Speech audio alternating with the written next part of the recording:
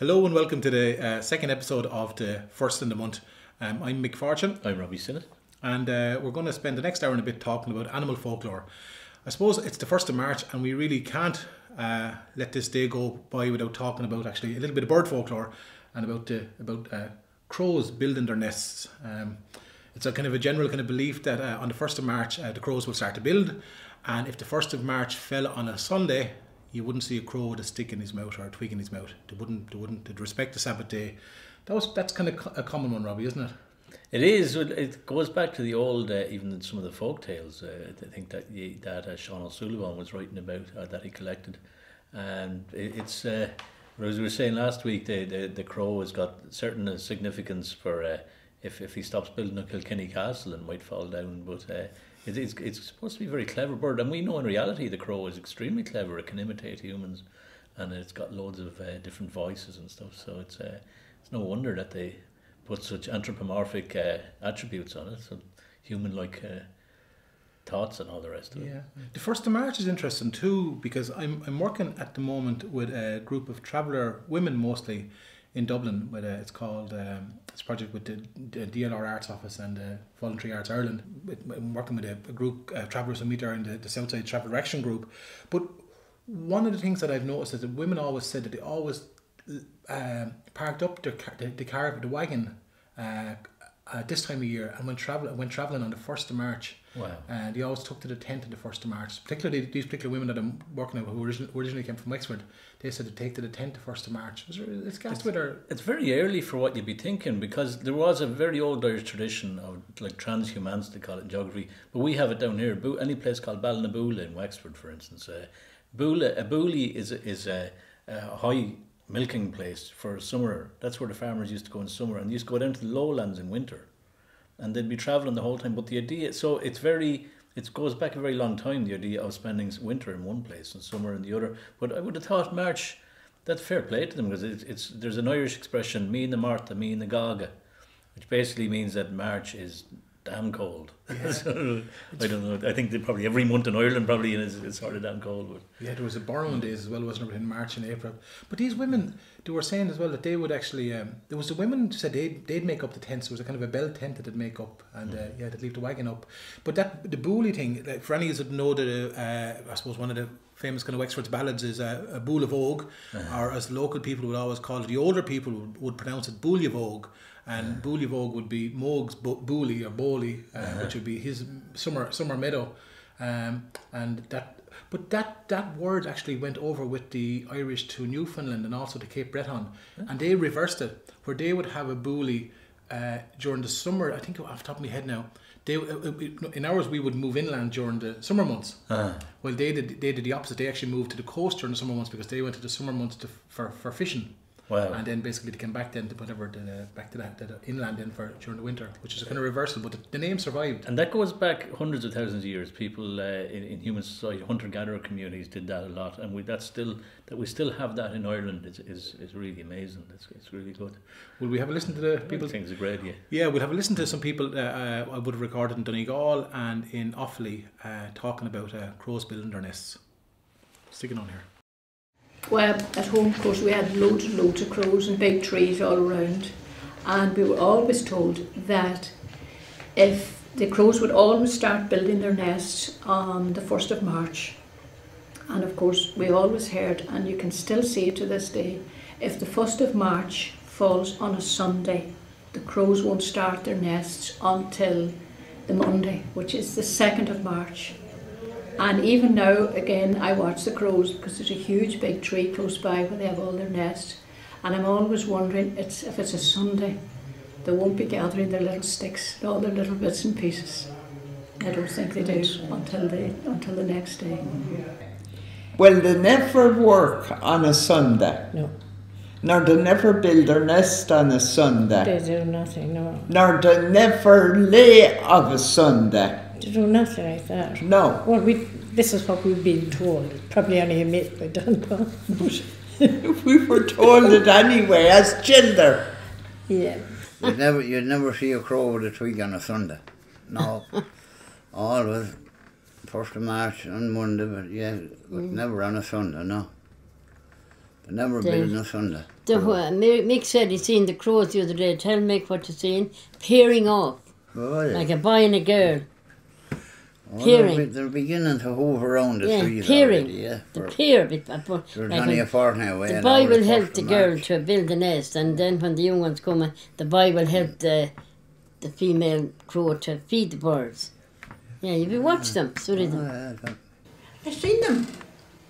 You watch them with crows on the first day of March, and if it was on a Sunday, they just sat and did nothing. But once Monday came, they went then and they gathered all their sticks and all their rubbish and built their nests.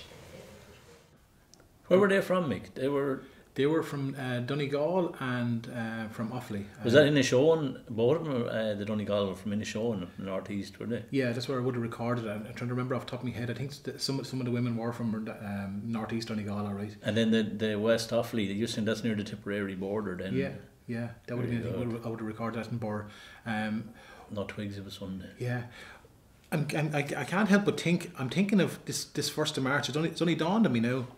This 1st of March date with the Crows building and the travel women saying that was the date they took to the road, and then also the date that these travel women told me today is to come back down to Wexford was always towards the end of October. And I actually have a recording, I wasn't planning on showing it, of a man from Owlert, a man called Jim Dunn. Jim's in his 80s, and I recorded him on my phone about 2 or 3 years ago, and he's a little verse, but in the verse he actually mentions those dates about the Crows leaving in March and coming back in October. I'm wondering is it tied in with a bigger calendar at all?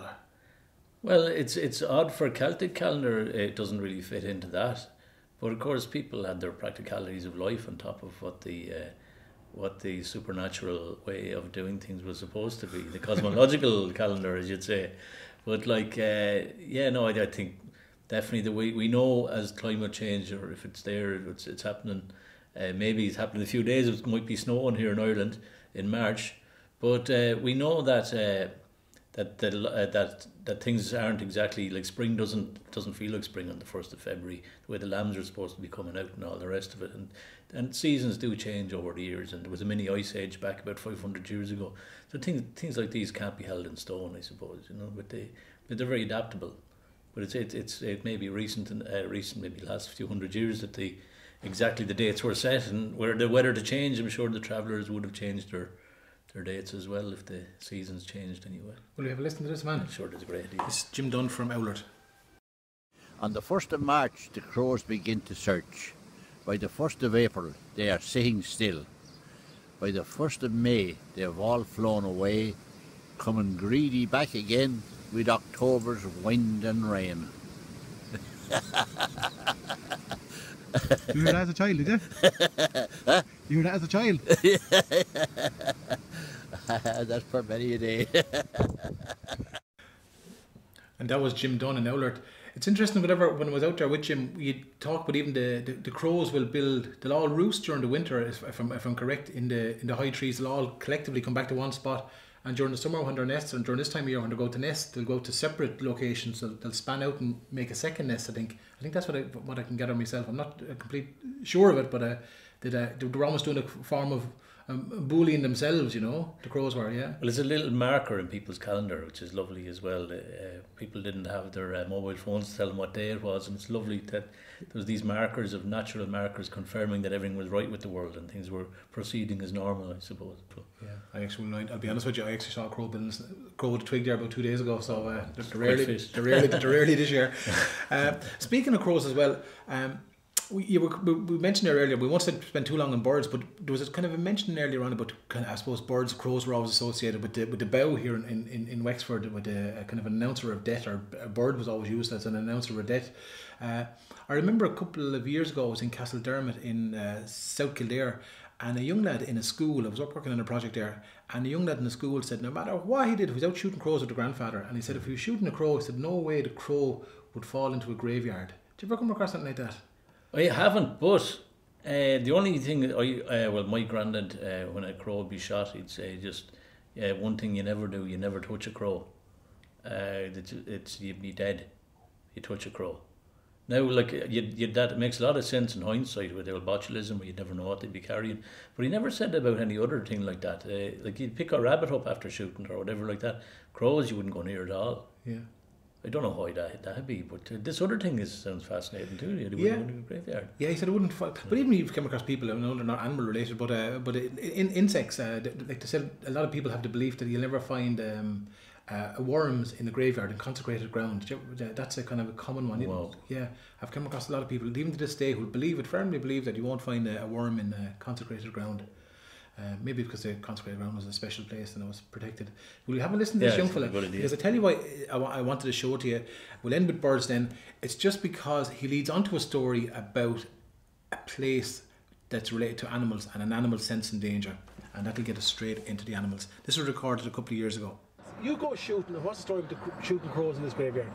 Well, you can shoot a crow anywhere in the graveyard, and he never lands in the grounds of the graveyard, like this fella here. He always lands about 1.25 inches maybe away from it, inside. That's about the crow now in the shooting. And that happened to you, did it? Yeah, that fella there we shot now about a month ago. And who told you that, Garrett? Was he your father or grandfather? The grandfather now told us. He lives below there, so I do. And is this true, like? Yeah, this is true as God now. As true as that crow is dead hanging there, sure, this story is true. And you shot that crow? We did, yeah.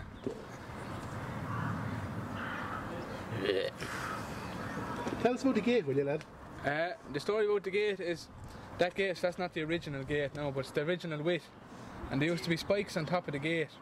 And a young fella kicked in a football into the field one day. I went in to go get it, and there was spikes on top, and he got caught in the spike, and he got killed. And now no livestock or anything will go in and out through the gate. Does that happen to you, genuinely? Yeah, that's just true. And you said, would you cross it yourself? No, I would never go across that gate. Are you serious though? Yeah. And how about cattle or horses or anything like that? The horse won't come out through it. They stand looking out over the gate, but he never walk fully out through it. And would cattle go through it? I haven't tried cattle, no, myself. And it's true? Oh yeah, it's true as God. It is true, right? It is true, yeah. I know you're not messing, are you? No, I'm not messing with you. Those kind of stories, I come across them an awful lot of horses, of animal sense in danger. Where an animal would be going along a road and it would just stop and it would sense danger. There could be a bridge blown up, or there could be trouble ahead, or the animal would have to turn around. And I've come across that from Wexford up to Donegal. Are there any other kind of animals that kind of sense danger, Robbie, or sense? Well, you have me on the spot. I'm sure there are. Well, I suppose dogs would be the fairly. But in the folklore, I'm just wondering that. Well, we have the the horse on the way down to Cairn, and the horse stops, and the priest. There's a man gets off, the man who's on the back of the horse, and he gets off, and he sees a man kneeling down, saying his prayers, and so the lad says, "What are you doing? You wouldn't even say hello to me when I said hello to you," and all the rest of it. Your man just kept doing it, and your man got back up on the horse, and sure the horse was lame. So apparently, though, there was a death of a priest and he wasn't supposed to talk to him, but the horse stopped because he knew, well, your man would have passed the priest by you otherwise. That was down in Cairn. The horse stopped in the horse stopped knew, yeah. The horse knew, so. I've come across it. Let's listen in a second. There was a man from Tipperary, I remember recording. There was a certain stretch of road where the horse would go and it would stop, and you'd have to stop and you'd have to say out into the open, Morrigan, Brian, I done no harm to you. There must have been a man killed there years ago. And then the horse would carry on then, whatever, by itself. Morrigan, yeah, you'd have to say, carry on with you then. But the horse would know that there was something happened there historically, whatever, and would carry on then. Is Morrigan a corruption of Morgan there? I'm not sure at all. Because the Morrigan was the part of the bow, was part of the Irish war god. Yeah. But Morrigan seems to be a forename there. It seems to be like a Morgan. Morgan, yeah. You get Morgan a lot here. You get Morgan cabinets and stuff Morgan. Like that. We get sidetracked now on Morgan cabinets and stuff like that. But will we have a listen to some of the horse stuff? I think it's a great idea. We'll stick it on. My grandfather used to tell a story about a relative of theirs down in a place called Al, near Westport. And he was coming home from the port in Westport, and somebody came out from the house there at Triangle, and they stopped him and they said, when you go home, tell your Bridget McKevley was my great grandmother's name. When you go home, tell Bridget to get ready and come straight down. So a relative, close relative of hers, was dying. So my grandfather came home, and he went in, and my grandmother left. You know, they were very good to men that time. They were fed properly. There was none of this running around. And my grandfather said, when I'm finished eating, he said, be ready. He said, we have to go down to Triangle. So-and-so, some relative called Baines was dying. So she got ready, and my grandfather, I don't know, was it a sidecar or what, and they went off. And when they came to a certain point in the road, for no reason, a horse that they had well handled and understood, the horse would not budge. He used to tell this story. Yeah. And my grandfather had to get down off the sidecar, yes, it was a sidecar, and take off his coat and cover the horse. And it was only about 200 yards from where the house was that they were going to. And he had to lead the horse to the farmyard and get down at the thing. And the man in the house came out, and he said, why had you the coat on the mare's head? And he said she wouldn't budge. He said, after so-and-so's gate. Well, he said, that's strange. He said, at that moment in time, the person was expiring. Oh, wasn't that strange? No. So you can take those stories for whatever they were, but that was the story. And yeah, there must have been some. There must have been. Sense, you know, they say that animals have sixth sense. Well, so you were driving along the road, and the horse would stop, and he wouldn't, no matter what you do, he wouldn't go. Now that means there was spirit on the road. That means there was evil on the road. Because if it was a good spirit, the horse wouldn't bother. The horse would keep going. There would be an evil spirit, all right. An evil spirit. The horse would not go, you know. Because I've heard that many a time. My grandfather on my father's side said that he was coming home from Enniscorthy and was timing the troubles, and that the horse was trotting along the road, and it was at 12 o'clock at night, and the next thing the horse stopped up, and he tried to get him going, and he gave him a belt of a stick, and there was no use, and he got out, and he was the bridge was blown up in the troubled times, and the horse knew. In black dark, the horse seen it, and he wouldn't go any further. And after that, he said he'd been killed. There was people shot, you know, years and years ago. And in the very place where the man was shot, the horse wouldn't pass it. And unless you said there's some prayer you would say over it, and the horse would walk away. There's something now that says, like Morgan Bryan, I do nothing to you. This man, the name of Morgan Bryan, was shot. Morgan Bryan, I do nothing to you, and the horse walked away when he said the words. Yeah.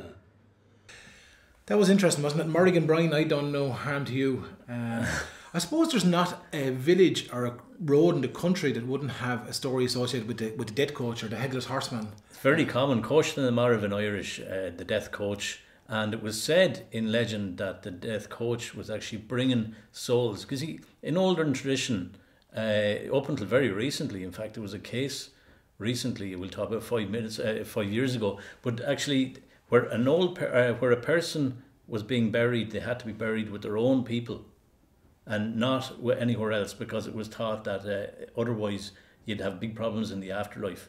Now, there was a case recently, 5 years ago, it was a lad who was actually put in jail because he killed his brother over burying the mother not where she asked to be buried, which was with her people. And so it was amazing that the tradition went on, that it's even quite present even in Ireland. It's very, very strong. But the death coach was bringing souls from where they were wrongly buried to where they should have been buried. That was the tradition that's there. And we have it everywhere. In Wexford town, it's called the Dolachan, which means a blind man or a dazzler. And but in Dublin they have the Dolacher. But he was a different kettle of fish. He was a nickname that they put on a serial killer who used to operate around Christchurch back in the 19th century, which shows that they still had Irish back there. In the middle of the 19th century, they still had put an ordinary word like that on someone, you know. I've come across a lot of stories as well, though, Robbie, where people would say that someone could be out in Australia, especially in the big houses, and the dead coach be heard going up the avenue, and it was almost like you knew someone was going to die. Or when someone was going to emigrate as well, I've come across stories when someone was leaving the dead coach, be heard that this dead coach was seen or heard on an avenue or on the road close by the house where the person was going to leave. My sister went to be a nun, and she was 19, and myself and my mother and Joe, that was another sister. The three of us were sitting at the fire, And it was the night before Molly went. Molly was in Kilcorrell, and we were sitting at the fire, and it was midnight. And the next thing, this coach, we live now up in the fields, no road near us. And next thing, this coach went through the yard, and you could hear the tackling, and you could hear the wheels, and you could hear the horses going right by the door galloping. And my mother said, that's the coach. And I said, what coach? And she said, no coach at all. And sure, you had heard about people, you know what I mean, all around me, that a coach follows this someone that's going away or dying.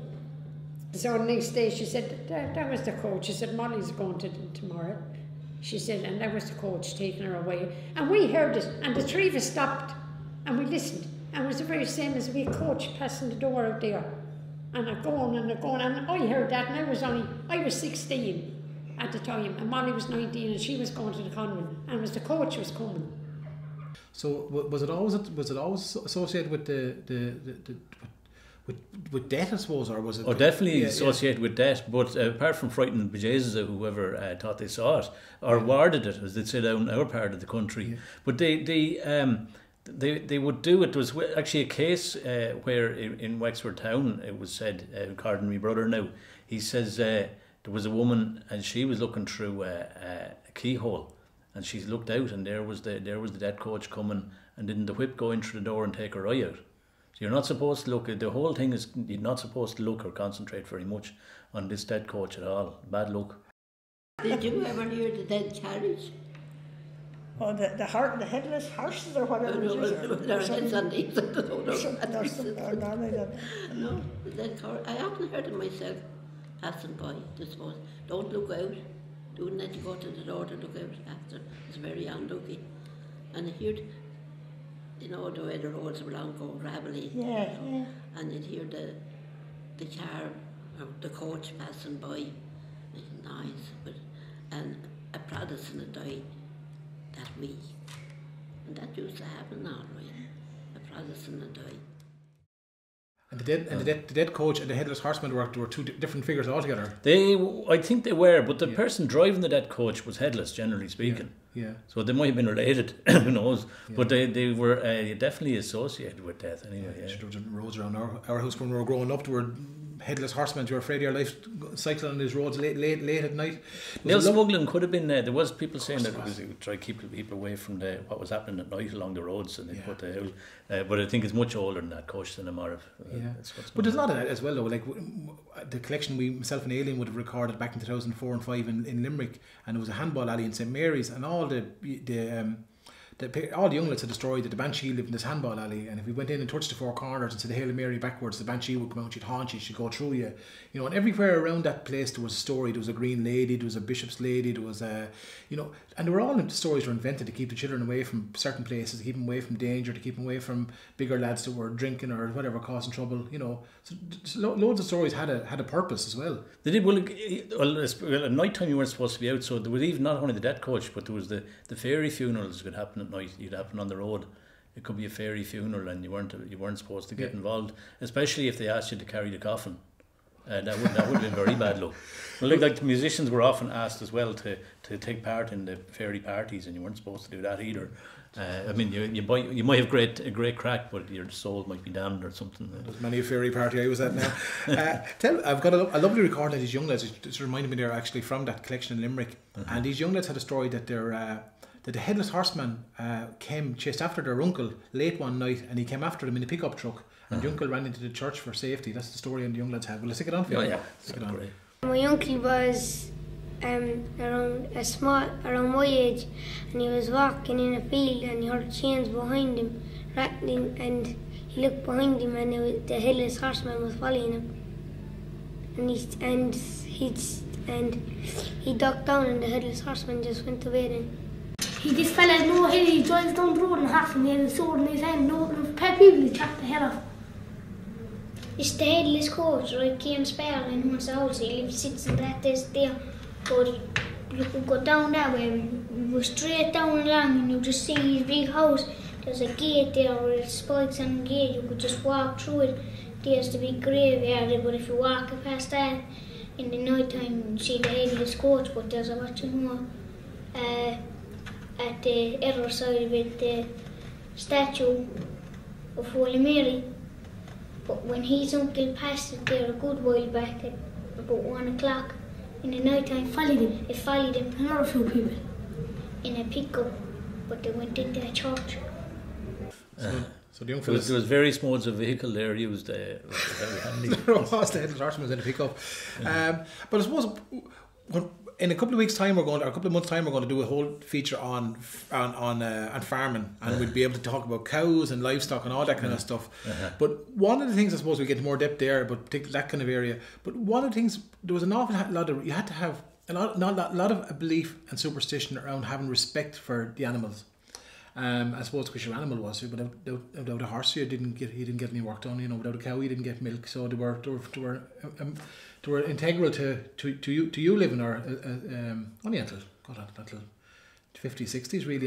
Cruelty to animals. We had an ambiguous relationship to cruelty to animals. I mean, cruelty, stuff like badger baiting and the bull baiting and dog fighting was brought in from Britain as a sport in medieval times, probably the 13th and 14th centuries.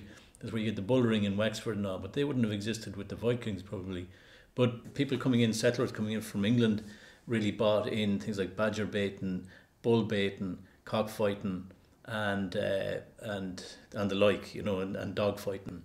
All of these were brought in according to Dahlia Hogan, but they were all brought in with the English invasion, and that's why you mainly see things like cockpits in towns. You see the bull ring in Wexford and all the rest of it. But but generally speaking, the attitude, I mean, a good hunting dog or a good guard dog was worth far too much. I mean, what did Cullen become when he killed the dog of Cullen? He became his hound, because you weren't supposed to be killing animals. It wasn't. They were far too valuable for that. Most animals were, if they were any good at all. Many of the stories about a person being cruel to an animal and getting their comeuppance. I mean, there's several of them that come to mind at the moment now.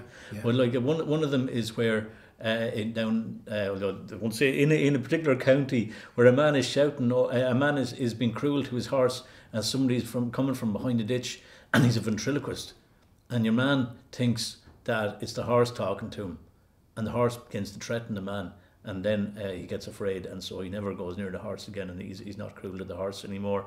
And there's loads of other examples. I think the old hag down in Kilmore, and she was excuse me. There's a lot of old hags in Kilmore, Robbie. This might be related to the last one we were on about last day. And then she had a cat as well, and the cat used to be hanging out in the graveyard as well, as it happens.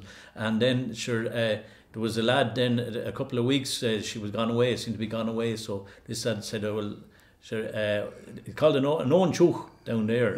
An ownchuch. A noonchuch in here. Yeah. And anyway, what happens is he decides he'll take a wild kick at his cat anyway, and sure didn't the queer one stick her head round the corner, the hag, and say to him, well, if it's at kicking cats you are, well, you'll have your comeuppance. And then he was disabled from that day on. Wow. That crops up an awful lot with people hitting an animal. You can't hit an animal. An alder stick. I'll show you an example. One from Raheen about an alder stick. Yeah. Oh, yeah. One about a fellow trying to kick a dog. Yeah. But anyway, there's one actually remind me. I want to go back to you about there's one from Grantstown down near Spiking the Horse. Spiking the Horse. Yeah. There's one from a story from Grantstown I would record in 2004 where.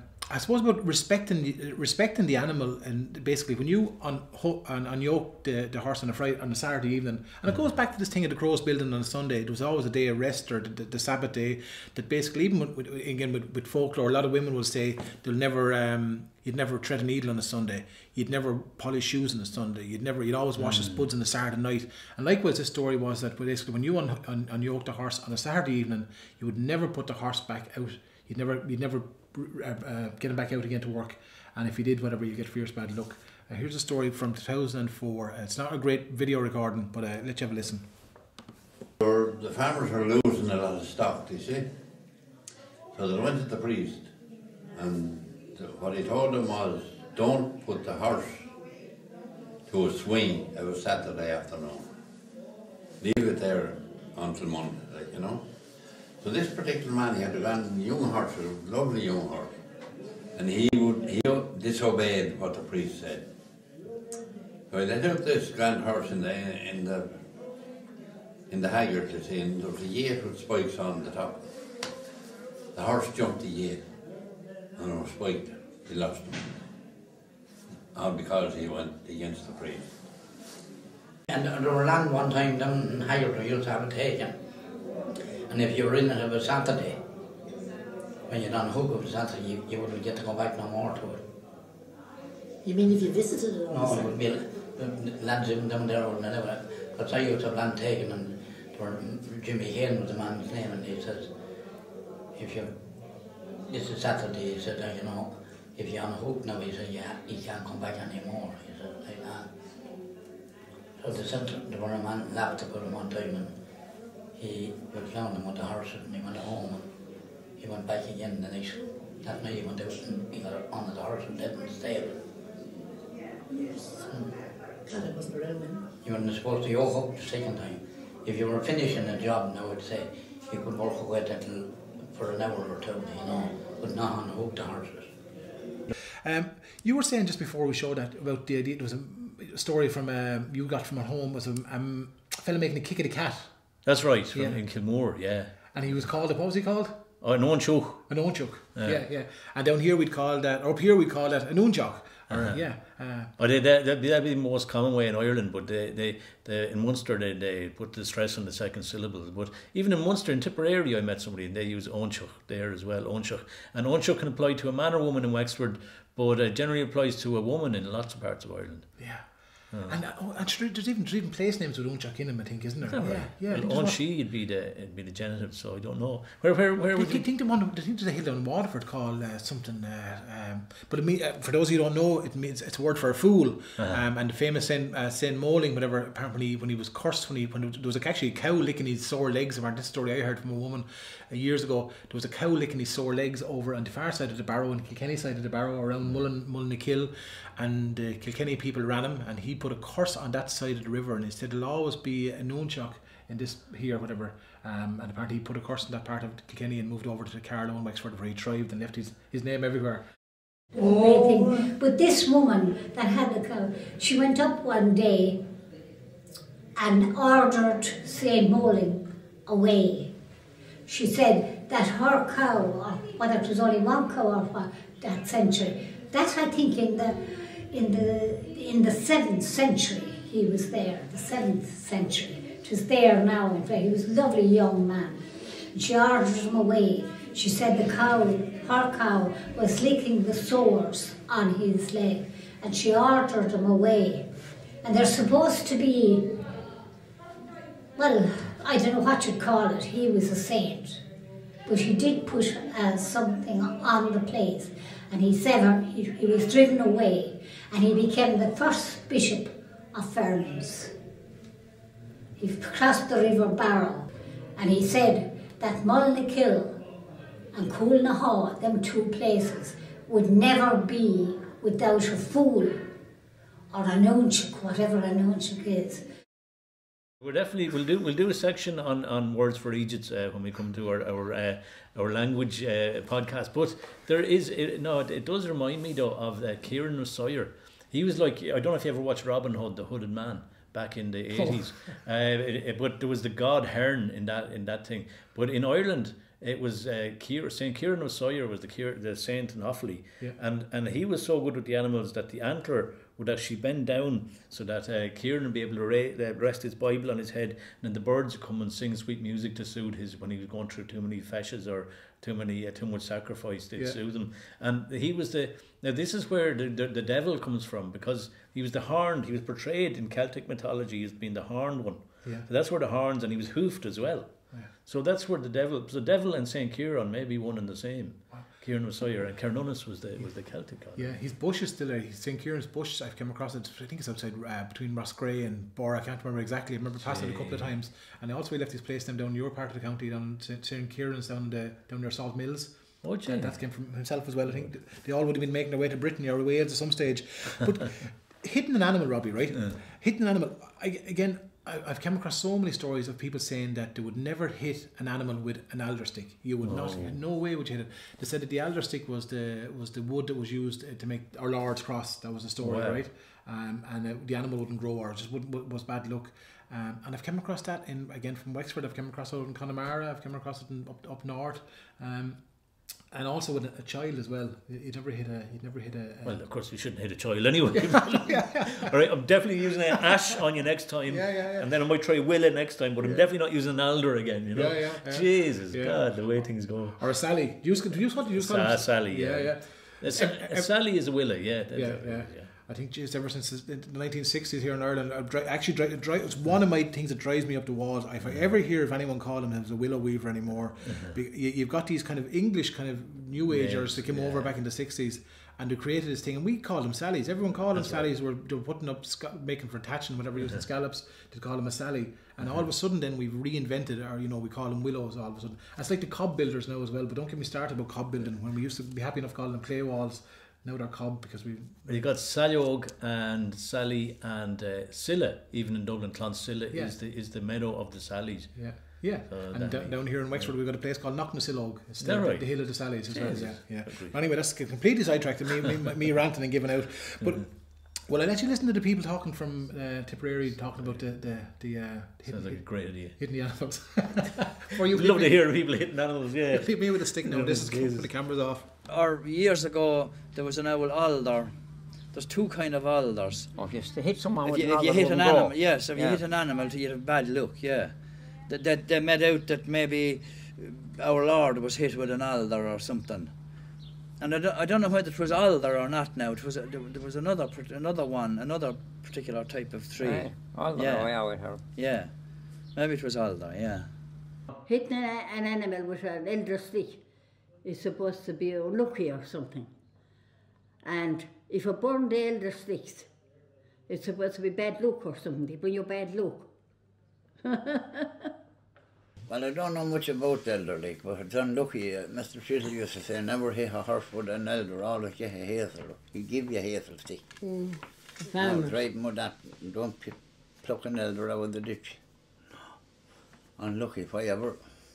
The elder stick, they said that you weren't supposed to, I never heard it about the animal, but you weren't supposed to hit a person with it or a child, the elder stick.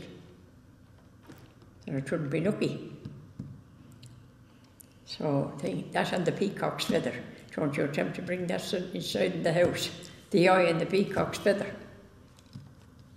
I don't know how what truth was in it, but you daren't bring it in anyway. I'd bring it in with your father. But again, I come back to the granduncle again as I keep coming back to it. He would say to you, if someone had hit you with an elder stick, you won't grow. You'll always be stunted. Tell me that again, Mossy. If someone hit you with an elder stick, I think it is, you won't grow. In other words, you'll always be small, I presume he meant. And don't hit anyone with an elder stick, you know, to say to you, because the person won't grow.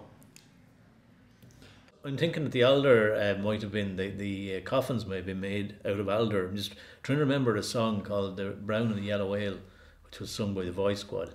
And that's where I heard it anyway. And he's talking about going to make a coffin, and because his wife is having an affair with somebody else, and like a lot of funny songs back then were based on cuckoldry, husband, this sort of thing, his wife going off and with somebody else. But anyway, he says, "Look, I'm finished. You go get the elder, and I'll just lie here," or whatever like that. And he's saying, "You go make the coffin." So I think that it may be related to that, you know. I'm not sure. Yeah, I don't know what coffins are made of now, to be honest. Yeah. No, back then anyway. Yeah. They're all willow coffins now. Now is it?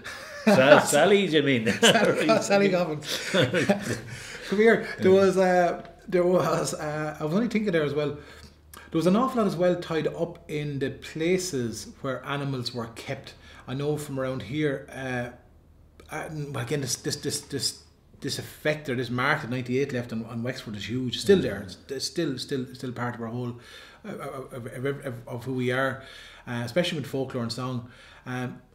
When Father Murphy after the Battle of Vinegar Hill made his way up to the mountains up here and was captured near Tulla, think that one of the last places where he stayed was in a family called Keppel. I think they were Church of Ireland, or they could have been Quaker. Yeah, but he stayed in the barn there, and basically, whenever all the local people kind of believed afterwards that this barn was blessed because because Father Murphy was kept safe there, and if there was a sick animal, I've come across it up there. If there's a sick animal, was brought there and left there to get better. Because supposed to be the energy in this room would make the animal better, and that survives.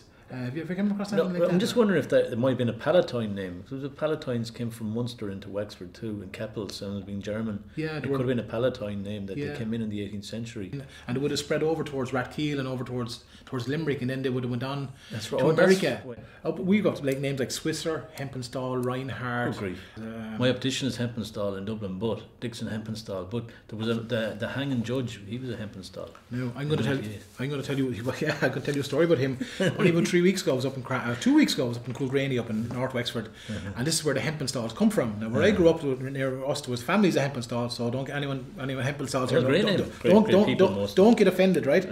But I was up there about 2 weeks ago, and a man said to me, there was an old swampy ground, and Hempenstall, for those of you who don't know, Hempenstall was known as the walking gallows. And he was about 7 foot tall, this Hempenstall man was, and he used to throw a rope over his shoulder and throw the croppies, or our lads, over his shoulder and hang them by standing upright. And he used to, this particular place up around Coolgraney, they said that all the bodies are there. This particular swampy ground is full of Hempenstalls, right? Or full of the people that Hempenstall hung. But there was a curse, you know about curses now? There was a curse put on that said that the Hempenstalls they'll get smaller rather than taller. Jesus. And the Hempenstalls that I know from Ballycanoe were all about 5 foot something. So they're not 7 foot something. But that's not just over there. You were saying to me, is Ratnewer, and that means little people here. But I came across many references to a place called Knocknagro, Knocknacruch. But there was one legend about that's where the walking hangman or the walking gallows used to go up there, and that it was called by that. Now I thought it was a little bit far away from what you're talking about, because this had operated in Wicklow as well. Yeah. But I'm thinking it might have been retrospective etymology or something. Actually, he'd long legs, so he was able to travel. That's like many of the old legends of the giants they'd walk 100 miles in one step, isn't it? Yeah. Well, the Hempenstal name is still there, and that curse is still there. That curse still survives, and there's many curses actually associated with people involved in 98 that still survive. But we can do a whole program on that. Alcavanna now is big with the hanging judge, the walking gallows there. Now he was I used to hostel down there, and you couldn't go down certain roads after midnight because that's where the Hempenstal get you. You were going to walk into the walking gallows. Yeah. Speaking of Hempenstal was the famous hanging gallows, but there was also a fellow called the Priest Hunter. There was a man called Hawtrey White, and he was from again a 98 man. He was from Clonganny House, or from Pepper's Castle near me where I grew up. And Sandy Meadow. Yeah. And there was also another famous fella called Hunter Gown, and there was many curses about Hunter Gown. Hunter Gown was a famous priest hunter, landlord as well. Sean Saggart down our way. Sean Saggart down South Dakota, yeah. So you were still scarred after 98, lads.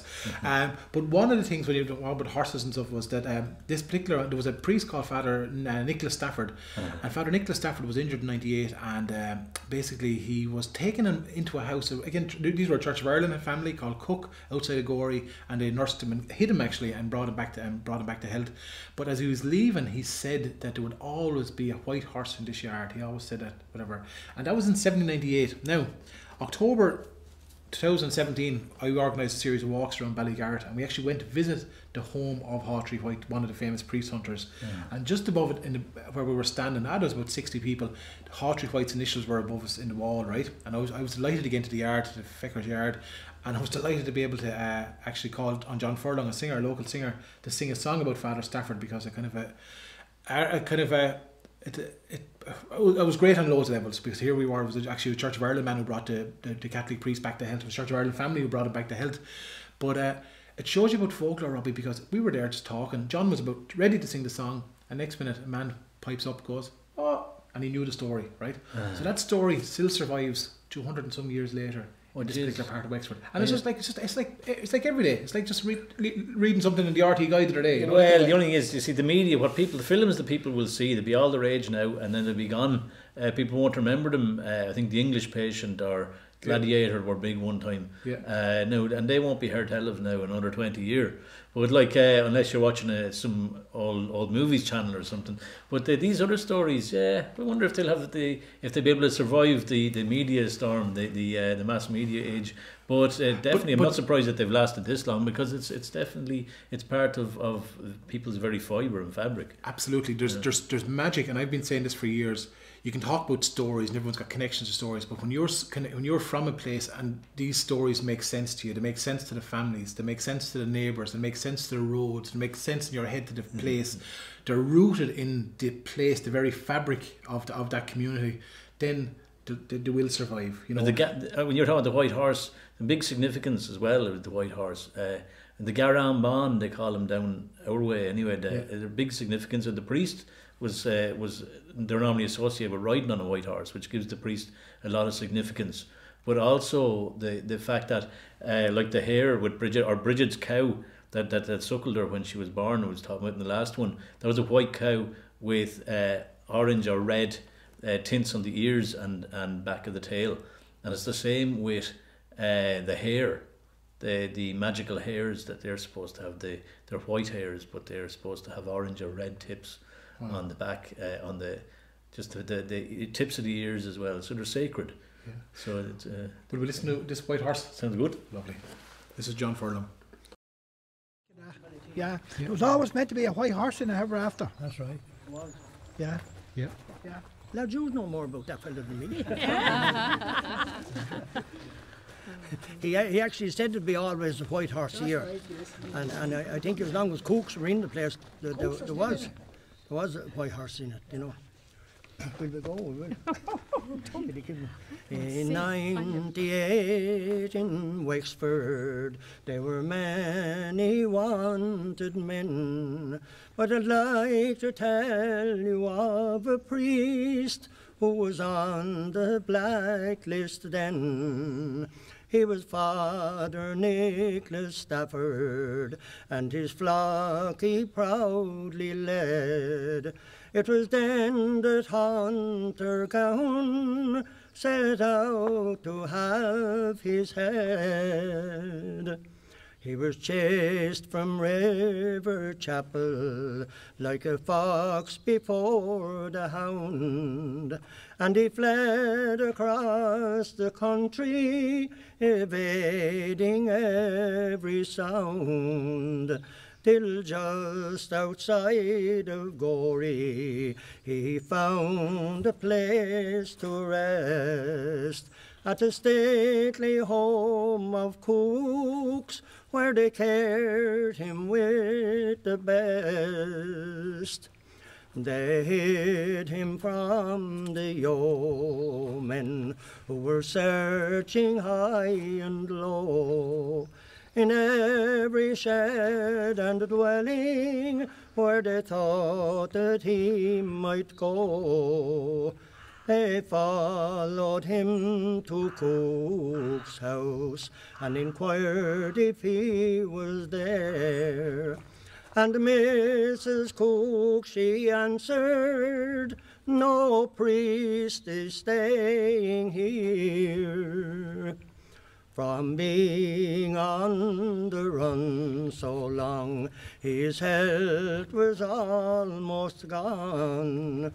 But when he gained in strength, it was time that he moved on to his home in Ballavoodock, the place where he was born, in the parish of Blackwater, on a clear September morn. They gave to him a white horse to help him on his way, and just before he left, he turned around to say, "May you always have a white horse here, and may God be with you too. Though we're of different fate, I owe my life to you.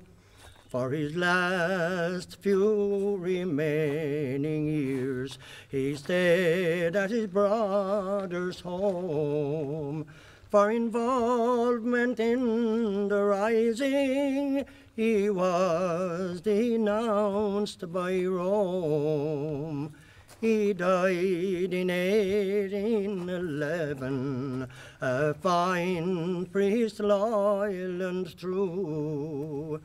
And they laid him down to rest in his grave in Ballyvaloo.